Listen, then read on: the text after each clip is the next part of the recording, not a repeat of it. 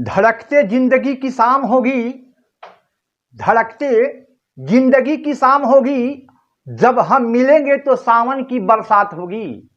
अरे धड़कते जिंदगी की शाम होगी, जब हम मिलेंगे तो सावन की बरसात होगी। मेरे विद्यार्थियों कहीं मत जाना, मेरे विद्यार्थियों कहीं मत जाना, आज की शाम कात्यायनी क्लासेज के नाम होगी। आज की शाम कात्यायनी क्लासेज की नाम होगी। और मैं ये कहना चाहता हूं कि मुझसे जुड़ करके देखो, मुझसे जुड़ करके देखो, हम रस्में निभाते हैं। मुझसे जुड़ करके देखो, हम रस्में निभाते हैं। अरे तेरे प्यार के सपने, अरे तेरे प्यार के सपने हम कसमें निभाते हैं। मुझसे जुड़ करके देखो, हम रस्में निभाते हैं। अरे तेरी प्यार के सपने हम कसमें निभाते हैं। हर विज्ञान की बारी, अरे हर विज्ञान की बारी, अरे तेरी तैयारी होगी न्यारी। मेरे विद्यार्थियों, मेरे childrens, my dear childrens, Katyayani classes में संजय मिश्रा की तरफ से आपको तहे दिल से स्वागत है। आज बिहार बोर्ड के विद्यार्थियों के लिए मैं यह अपना वीडियो जारी कर रहा हूं। और आपको सबसे मैं पहले यह बताना चाहता हूं कि बिहार बोर्ड के जो विद्यार्थी हैं बायोलॉजी के लिए स्पेशल, उनको कहीं नहीं जाना होगा। हमारे कात्यायनी क्लासेज में सारी सुविधाएं उपलब्ध होगी। और आज की हमारी चर्चा का जो विषय है वो बिहार बोर्ड बायोलॉजी 10वां वर्ग के लिए पहला पाठ है जैव प्रक्रम पोषण। जैव प्रक्रम पोषण, यह जैव प्रक्रम पोषण जो है उसको जानने के लिए हम सबसे पहले समझे कि जीवन क्या है, व्हाट इज लाइफ। तो जीवन को अगर हम डिफाइन करना चाहते हैं, अगर इसको हम परिभाषित करना चाहते हैं, तो विद्यार्थियों हम सीमित क्षेत्रों में इसको बांधकर कभी भी नहीं रख सकते। हम कभी भी इसको सीमित क्षेत्रों में बांधकर नहीं रख सकते हैं। यानी मेरे कहने का अर्थ है कि life is cannot be define it because it is highly difficulties to define it.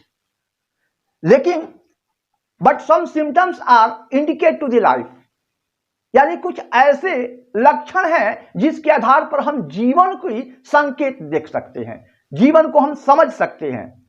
और इसको जैसे हमारा प्रजनन है, श्वसन है, पाचन है, इन सारी प्रक्रियाओं के द्वारा प्रचलन है। हम जीवन को एक परिलक्षित करते हैं और इन परिलक्षित संकेतों के आधार पर हम कह सकते हैं कि इसमें जीवन के संकेत मिल रहे हैं और जीवन है। और इसके बाद हमारी चर्चा है कि जैव प्रक्रम क्या है।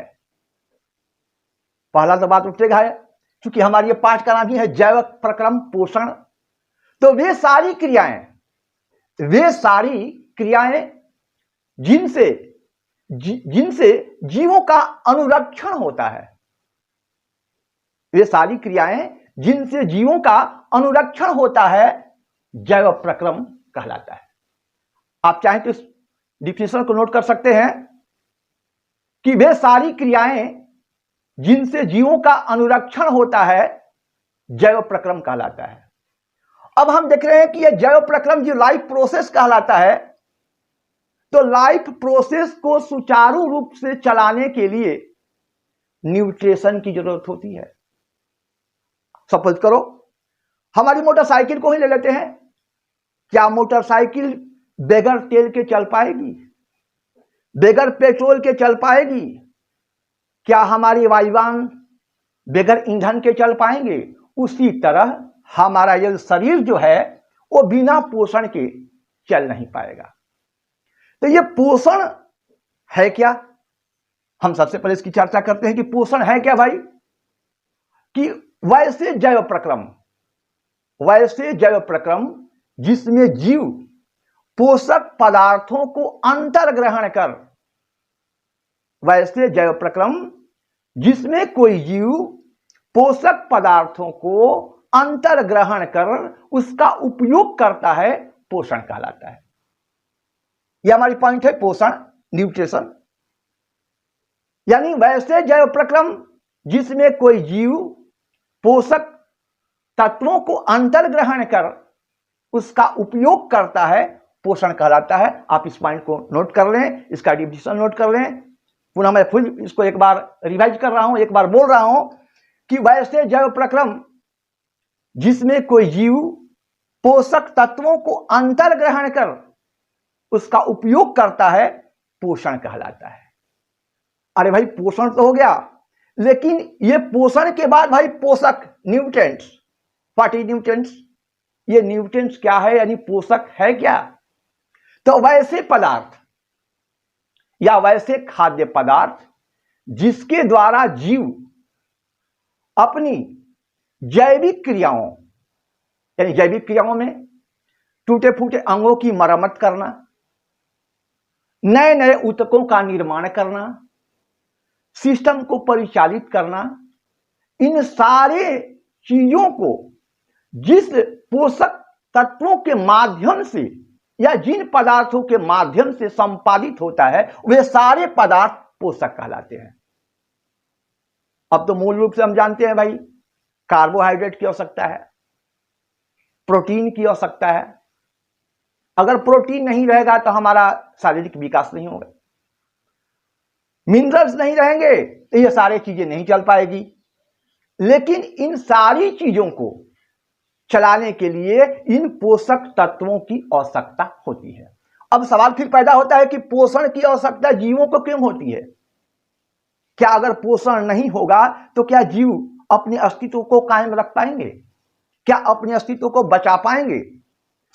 तो एक लाइन में आप समझ लें कि अगर पोषक तत्व और पोषण की प्रक्रिया नहीं होगी तो कोई भी जीव अपने अस्तित्व को कायम नहीं रख सकता है, यानी उसमें जीवन की संभावनाओं को तलाशना संभव नहीं है। क्योंकि पोषण की प्रक्रिया जब तक नहीं है, जब तक उसमें ऊर्जा नहीं है, तब तक ये कार्य नहीं होंगे। अब हम बात करते हैं कि जीवों को पोषण की आवश्यकता क्यों होती है। तो हम सबसे पहले बात समझते हैं कि जीवों को अपनी जैविक क्रियाओं के संपादन के लिए ऊर्जा की आवश्यकता होती है। जीवों को अपनी जैविक क्रियाओं के संपादन के लिए ऊर्जा की आवश्यकता होती है, और यह ऊर्जा हमें किससे प्राप्त होता है? तो पोषण से प्राप्त होता है। और ये पोषण नहीं रहेंगे तो ये ऊर्जा हमें प्राप्त नहीं होगी, और हमारे ये जो जैविक मशीन, पूरा मेरा बॉडी जो है ना, ये जैविक मशीन है, और ये जैविक मशीन बेगर ईंधन के संचालित नहीं होगा। इसीलिए हर एक जीवों को पोषण की आवश्यकता होती है। अब हम देखते हैं कि ये पोषण की जो आवश्यकता होती है, तो क्या सभी जीव एक ही तरह के पोषण करते हैं, या सभी जीवों में अलग अलग तरह के पोषण की प्रक्रिया होती है? तो इन चीजों को जानने के लिए मैं आपको ये बता रहा हूं कि पोषण कितने प्रकार के होते हैं, यानी मोड ऑफ न्यूट्रिशन। ये मोड ऑफ न्यूट्रिशन जो है वो दो प्रकार के होते हैं, स्वपोषण और परपोषण, autotrophic nutrition and heterotrophic nutrition. ये दो तरह के न्यूट्रिशन होते हैं। अब हम देखते हैं कि स्वपोषण या ऑटोट्रॉपिक न्यूट्रिशन, तो जैसा कि नाम से ही विदित है, स्व प्लस पोषण। स्व का अर्थ होता है अपना, स्वयं, और पोषण का अर्थ होता है पोषण। यानी जो अपना पोषण स्वयं संश्लेषित करता है, ये क्या भाई है? स्वपोषण है। तो स्वपोषण को हम डिफाइन कैसे कर सकते हैं? तो स्वपोषण को हमारा सिंपल डिफाइन है कि पोषण की वह प्रक्रिया या पोषण की वह विधि जिसमें कोई जीव अपना भोजन स्वयं संश्लेषित करता है और किसी अन्य जीवों पर निर्भर नहीं रहता है, इस विधि को हम क्या कहते हैं? स्वपोषण कहते हैं। अब बात होता है कि स्वपोषण और स्वपोषी, तो स्वपोषी किसको कहते हैं? तो स्वपोषण की क्रिया करने वाले जीव को स्वपोषी कहते हैं। स्वपोषण की जो क्रिया जो जीव करते हैं क्रिया, वो क्या कहलाएंगे? स्वपोषी कहलाएंगे। और यह विधि क्या कहलाएगी? स्वपोषण कहलाएगी। जैसे जितने भी हरे पौधे हैं, जितने भी हरे पौधे हैं और कुछ खास तरह के जो जीव हैं, जैसे सीडोमोनास हुआ, एजोबैक्टर हुआ, नाइट्रोबैक्टर हुआ, ये सभी जो जीव हैं ये स्वपोषण के अंतर्गत आते हैं। अब हम देखते हैं पुनः फिर एक बार, अगर आप परिभाषा को नोट करना चाहते हैं तो नोट कर लें कि स्वपोषण क्या है। तो स्वपोषण क्या भाई? कि पोषण की वह विधि जिसमें कोई जीव अपना भोजन स्वयं संश्लेषित कर किसी अन्य जीवों पर निर्भर नहीं रहता है, ऐसे जीव को हम स्वपोषी और इस विधि को हम स्वपोषण कहते हैं। अब है भाई कि परपोषण किसको तब कहेंगे? तो पोषण की वह विधि जिसमें कोई जीव अपना भोजन स्वयं संश्लेषित नहीं करता, बल्कि अपने भोजन के लिए दूसरे जीवों पर परोक्ष रूप से या प्रत्यक्ष रूप से निर्भर करता है, ऐसे जीव को हम परपोषी और पोषण की इस विधि को हम परपोषण कहते हैं।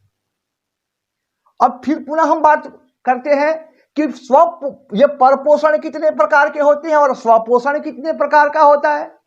तो स्वपोषण को हम दो भागों में बांटते हैं, प्रकाश स्वपोषण और रासायन स्वपोषण। प्रकाश स्वपोषण क्या है? तो पोषण की यानी स्वपोषण की वह विधि जिसमें कोई जीव अपना भोजन सूर्य की प्रकाश की उपस्थिति में स्वयं संश्लेषित करता है, ऐसे जीव को हम प्रकाश स्वपोषी और इस विधि को हम प्रकाश स्वपोषण कहते हैं। जैसे सभी हरे पौधे प्रकाश स्वपोषी होते हैं और ये प्रकाश स्वपोषी के साथ साथ ये प्रकाश संश्लेषण की क्रिया करते हैं, जो हम इसकी चर्चा अपने अगले वीडियो में करेंगे। अब है रासायन स्वपोषण। अब रासायन स्वपोषण क्या है? तो स्वपोषण की वह विधि, स्वपोषण की वह विधि जिसमें कोई जीव सरल अकार्बनिक पदार्थों से कार्बनिक पदार्थों के रूप में स्वयं संश्लेषित करता है, ऐसे जीव को रासायन स्वपोषी और इस विधि को हम रासायन स्वपोषण कहते हैं। जैसे सीडोमोनास, ये सीडोमोनास जो है रासायन स्वपोषी बैक्टीरिया है और ये रासायन स्वपोषण की क्रिया करता है। अब हम देखते हैं भाई ये परपोषण। तो परपोषण तीन प्रकार का होता है मूल रूप से, जो बिहार बोर्ड के विद्यार्थियों को पढ़ना है। और ये पाठ इतनी इंपॉर्टेंट है कि इससे हर एक साल आप देखते हैं कि 5 से 7 नंबर के प्रश्न हर एक साल इस पाठ से पूछा जाता है बिहार बोर्ड में। तो हम परपोषण की बात करते हैं तो परपोषण तीन प्रकार का होता है, प्राणी संपोषण, परजीवी पोषण, मृतजीवी पोषण। यानी प्राणी संपोषण, मृतजीवी पोषण और परजीवी पोषण। अब प्राणी संपोषण क्या है? तो परपोषण की वह विधि जिसमें कोई जीव अपना भोजन ठोस और तरल के रूप में जंतुओं के भोजन ग्रहण करने की विधि द्वारा ग्रहण करता है, ऐसे जीव को प्राणी समभोजी और इस व्यवस्था को, इस विधि को प्राणी समपोषी कहते हैं, प्राणी समपोषण कहते हैं। अब प्राणी समभोजी जो जीव है वो क्या है भाई? इसके अंतर्गत अमीबा आएगा, मनुष्य आएगा, ये सब प्राणी समभोजी हैं। क्यों? क्योंकि अपना भोजन ठोस के रूप में भी ये ग्रहण कर सकते हैं और तरल के रूप में भी ये ग्रहण करते हैं। अब है मृतजीवी पोषण। अब मृतजीवी पोषण क्या है? तो परपोषण की वह विधि जिसमें कोई जीव अपना भोजन मृत जंतुओं, पौधों या सड़े गले पौधों और जंतुओं के शरीर से अपने शरीर की सतह द्वारा अपने शरीर की सतह द्वारा घुलित कार्बनिक पदार्थों के रूप में अवशोषित करते हैं, ऐसे जीव को हम मृतजीवी और इस विधि को मृतजीवी पोषण कहते हैं।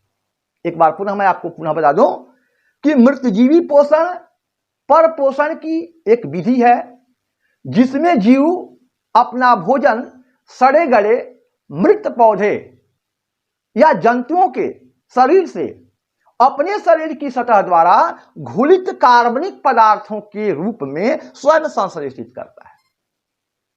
तो इस तरह के जीव को हम क्या कहेंगे? मृतजीवी। और इस विधि को क्या कहेंगे हम? मृतजीवी पोषण। अब बात पुनः हमारी क्या होगी? अब है परजीवी। लेकिन मैं आपको पुनः बता दूं कि मृतजीवी पोषण करने वाले जो जीव हैं, जैसे आपको मशरूम है, एगेलिकस प्रजातियां हैं, ये सारी प्रजातियां जो है मृतजीवी पोषण करती है। अब है परजीवी। तो जैसे कि नाम से ही विदित हो रहा है, पर का अर्थ होता है दूसरा और जीवी का होता है जीवित रहने वाला। यानी जो जीव दूसरे पर पूर्णतः निर्भर रह के अपने जीवन का संचालन करता हो, वो क्या कहलाएगा? परजीवी। लेकिन हम इसको डिफाइन कैसे करेंगे? हमको डिफाइन करने के लिए क्या होगा? तो विद्यार्थियों, आप बिल्कुल निश्चिंत हो और आराम से इसको अपने नोटबुक में नोट कर सकते हैं कि परजीवी पोषण क्या है। तो पर पोषण की वह विधि जिसमें कोई जीव अपने भोजन के लिए दूसरे जीवों पर प्रत्यक्ष रूप से पूर्णतः निर्भर करता हो या पूर्णतः निर्भर रहता हो, ऐसे जीव को हम परजीवी और इस विधि को हम परजीवी पोषण कहते हैं। अब बात ये उठती है कि यह परजीवी जो पोषण होता है, ये परजीवी कितने प्रकार के होते हैं या परजीवी कहते किसको हैं? तो वैसे जीव जो अपने भोजन के लिए दूसरे जीवों पर पूर्णतः निर्भर करता है, पूर्णतः निर्भर रहता है, ऐसे जीव को हम परजीवी कहते हैं। अब पुनः बात उठती है कि परजीवी, यह परजीवी पोषण है और पुनः हम देखते हैं ये परजीवी। परजीवी, ये परजीवी दो प्रकार का होता है, बाह्य, बाह्य और अंतः। तो बाह्य परजीवी किसको कहते हैं और अंतः परजीवी किसको कहते हैं? तो बाह्य परजीवी वैसे परजीवी होते हैं जो पोषी के शरीर के बाहरी भागों में अस्थायी या अस्थायी रूप से रहकर अपने भोजन को प्राप्त करते हैं, जिससे पोषी को काफी हानि होती है। ऐसे जीव को हम बाह्य परजीवी कहते हैं। जैसे जू हुआ। जू जो है जीवों के शरीर के बाह्य भागों में, जैसे बालों में, चाहे वो छोटे बाल हो या बड़े बाल हो, सब में ये। अब हम देखते हैं कि इसका निर्माण कैसे होता है। जू के निर्माण की प्रक्रिया क्या है? तो जू के निर्माण की प्रक्रिया हमारी पौराणिक प्रक्रिया, यानी पूर्व में जो कार्बनिक, जो जीवों के उत्पत्ति के संबंध में हम पुनः एक बार चर्चा करेंगे, लेकिन अभी नहीं, उसके संदर्भ में यह बताया गया था कि बाह्य परजीवी जो है, जो जू है, जू, इसके निर्माण की जो प्रक्रिया है बड़ी सरल होती है।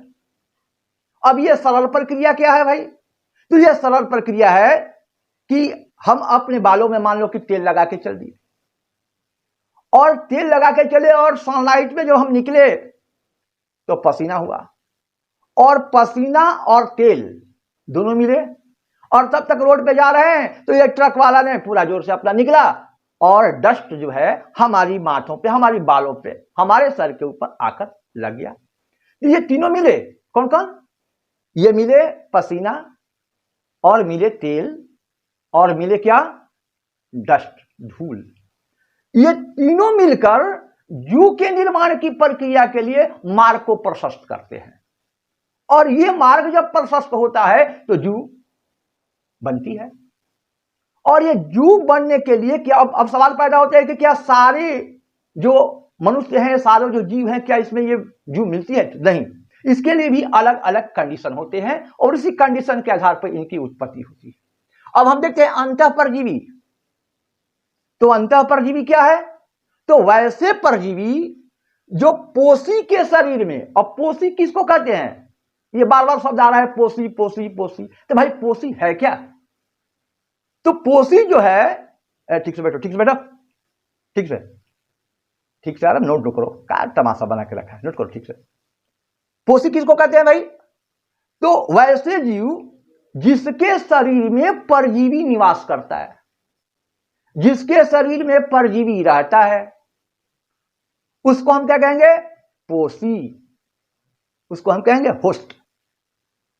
और ये होस्ट के शरीर में ये जो परजीवी होता है अंतः परजीवी, वो अंदर यानी जीव शरीर के अंदर यानी पोषी के अंदर रहकर अपना भोषण, अपना पोषण, अपना भोजन प्राप्त करता है और पोषी को काफी हानि पहुंचाता है। तो ऐसे जीव को हम अंतः परजीवी कहते हैं। जैसे फ्लैट वर्म हुआ, टेप वर्म हुआ और राउंड वर्म हुआ, ये सारे अंतः परजीवी हैं।